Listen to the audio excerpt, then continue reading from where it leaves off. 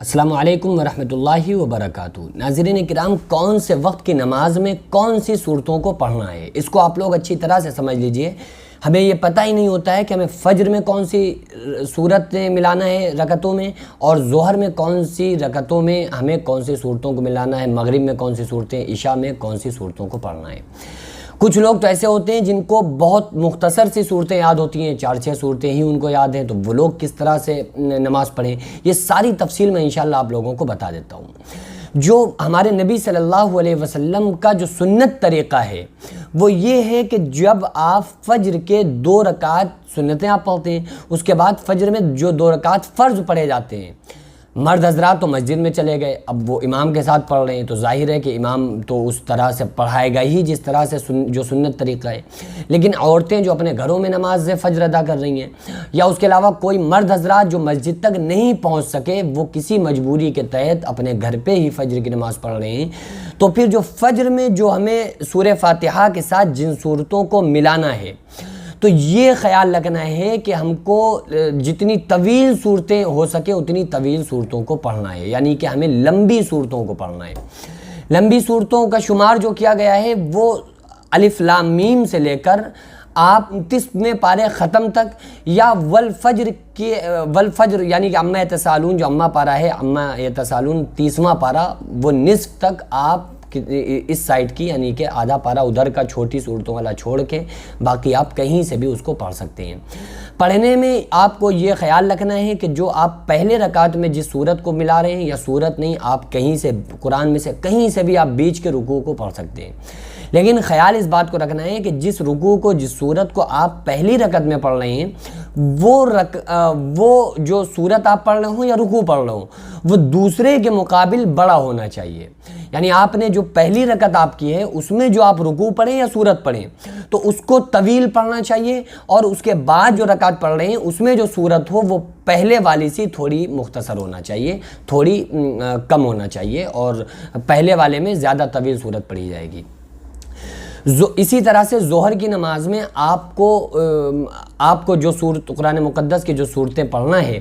وہ آپ کو سورہ بلد سے لے کر آپ کو اذا زلزلت الارض زلزالہا تک کی صورتوں کو آپ پڑھ سکتے ہیں، یعنی کہ آپ کو نہ بہت زیادہ لمبی اور نہ بہت زیادہ مختصر صورتوں کو نہیں پڑھنا ہے، بلکہ جو میڈیم صورتیں ہیں آپ کو ان صورتوں کو ہی پڑھنا ہے، درمیانی صورتوں کو۔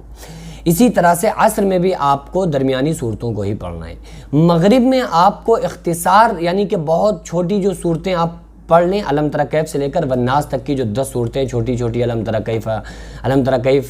یا لیلاف قریش یا ارایت الذی، یا اس کے علاوہ انا اعطینا یا سورہ کافرون، سورہ فلق، سورہ ناس، سورہ اخلاص، ان صورتوں کو آپ پڑھ سکتے ہیں۔ مغرب کی نماز میں جب آپ چھوٹی صورتوں کو پڑھیں تو آپ کو اس بات کا مکمل خیال رکھنا ہے کہ پہلی رکعت میں جس صورت کو آپ ملائیں وہ بڑی ہونا چاہیے، اور دوسری میں جو دوسری رکعت میں جس صورت کو پڑھیں وہ چھوٹی ہونا چاہیے پہلے کے مقابل۔ یہ ہر رکعت میں آپ کو ہر نماز میں اس بات کا احتیاط رکھنا پڑے گا۔ ایسا نہ ہو کہ آپ نے پہلے انا اعطینا کل کوثر پڑھ لی پہلی رکعت میں، آپ پھر دوسری رکعت میں آپ قل هو اللہ احد پڑھ رہے ہیں، تو اس کا بہتر طریقہ یہ ہے کہ جو پہلے آپ پڑھیں تو وہ علم تری کیف پڑھ لیں، دوسرے میں انا اعطینا پڑھ لیں، پہلے میں والعصر پڑھ لیں، دوسرے میں انا اعطینا پڑھ لیں، کیونکہ انا اعطینا کل کوثر سے چھوٹی کوئی صورت قرآن مقدس میں نہیں ہے، سب سے چھوٹی صورت جو ہے وہ انا اعطینا کل کوثر ہی ہے۔ عشاء کی نماز میں بھی آپ کو یعنی کہ فجر سے کم چھوٹی صورتیں اور ظہر اور عصر سے بڑی صورتوں کو پڑھنا ہے، ٹھیک ہے، نہ بہت زیادہ لمبی اور نہ بہت زیادہ چھوٹی، آپ کو درمیانی جو صورتیں ہیں ان صورتوں کو آپ لوگوں کو پڑھنا ہے۔ وہ کہاں سے کہاں تک کی صورتیں ہو گئیں، جیسے لا اقسم بہذا البلد سے لے کر آپ اس کو اذا زلزلت الارض زلزالہا تک کی صورتوں کو آپ لوگ عشاء کی نماز میں پڑھ لیا کریں۔ یہ طریقہ جو ہے مسنون طریقہ ہے۔ اب آپ وہ بھی سن لیجئے کہ جن لوگوں کو 2-3-4 صورتیں ہی یاد ہیں وہ لوگ کس طرح سے نماز کو ادا کریں۔ اگر کسی بندے کو 4 صورتیں ہی یاد ہیں اور صورتیں نہیں یاد ہیں تو پھر وہ انہی 4 صورتوں کو اپنی نماز کی ہر رکعت میں انہی کو دہراتا رہے۔ یہ کہہ کر آپ یہ عذر پیش کر کے نماز نہیں چھوڑ سکتے ہیں کہ ہمیں زیادہ صورتیں یاد نہیں ہیں. اگر آپ کو ایک ہی صورت یاد ہے تو آپ ایک ہی صورت کو ہر رکعت میں پڑھتے رہیں, لیکن اس کے ساتھ ضروری یہ ہے کہ آپ اگلی صورتوں کو بھی یاد کرتے رہیں. لیکن کم سے کم ہر مسلمان کو 10 صورتیں یاد ہونی چاہیے, جو الم تر کیف سے لے کے والناس تک کی صورتیں ہیں, اور کوشش کرنا چاہیے کہ وہ اور زیادہ جو بڑی صورتیں ہیں وہ بھی یاد ہو جائیں, تاکہ فجر میں اور عشاء میں ہماری نماز جو ہو وہ اور زیادہ خشوع اور خضوع کے ساتھ ہو. کیونکہ ہماری نماز میں خشوع خضوع جب ہی پیدا ہوگا جب ہم اس طرح سے نماز کو پڑھیں گے جس طرح سے ہمارے نبی صلی اللہ علیہ وسلم نے جس طرح سے پڑھنے میں فضیلت بتائی ہے. تو انشاءاللہ ہماری نماز مقبولیت کے درجے تک بھی پہنچے گی اور ہماری نمازوں میں خشوع اور خضوع بھی پیدا ہوگا. اللہ پاک سے دعا ہے کہ اللہ تعالیٰ ہم تمام لوگوں کو خشوع اور خضوع کے ساتھ نماز پنجگانہ پڑھنے کی توفیق عطا فرمائے. وآخر دعوانا ان الحمدللہ رب العالمین. السلام علیکم ورحمۃ اللہ وبرکاتہ.